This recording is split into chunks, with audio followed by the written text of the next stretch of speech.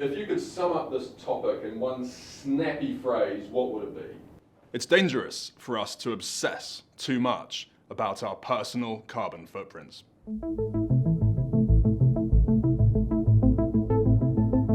The conversation around climate action has become dominated by intense debates around personal behaviour. For example, should I be driving a smaller car instead of one of these? Should I go vegan? Or should I make sure not to have children? The danger is that these debates could crowd out some of the really important questions that we also need to be asking. So there's some interesting psychology at play here, because on one level, the carbon footprint concept can make you feel quite empowered because it gives you a million different things that you can do. You can switch off the lights when you leave the room, you can cycle instead of driving, you can eat more local produce and so on.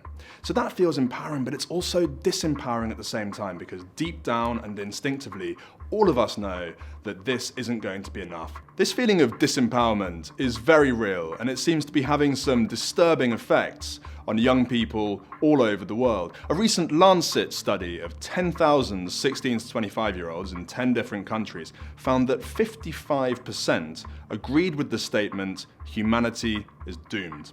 Let's get one thing straight. Individual actions against climate change can help. If we all eat less meat and fly less, it helps, but it's not going to fix the problem.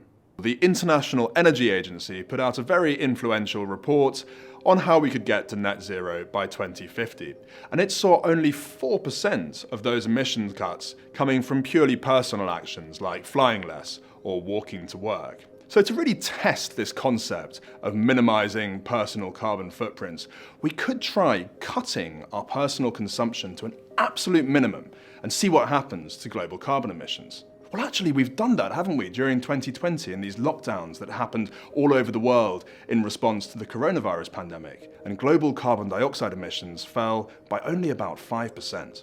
The impact that you can have as an individual consumer is really constrained as long as you live within an economic system that is founded upon heavily carbon-emitting activities. The food that we eat, the materials that are used to build our homes, the electricity generation that keeps our lights on, each of these pumps vast quantities of carbon into the atmosphere every day. And we've now realized that we need to bring this to an end as quickly as possible. That requires a fundamental change in the way that the global economy operates. And that's going to require serious action by governments, public officials, all over the world. The really important thing to stress here is that you as an individual are not powerless at all. People sometimes talk about the 3 C's, that's consumers, careers, and citizens.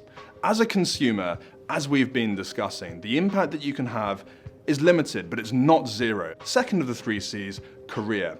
If you're lucky enough to have the opportunity to have a positive impact in this space, in the work that you do, well, don't waste that. But the third thing, and perhaps the most important, the third C, citizens. Each of us is a citizen. Each of us can take part in pushing towards the policy changes, the rule changes that we need to see that will really put the global economy and the planet and humanity as a whole on a better, safer, fairer course. You can contribute towards this drive using your vote if you live in a democracy, or standing for elected office yourself, engaging with your public representatives, or with your peers, or with your community, taking part in these public conversations, joining peaceful protest. Perhaps it's time for all of us to start thinking about ourselves a little bit less as consumers and a little bit more as citizens.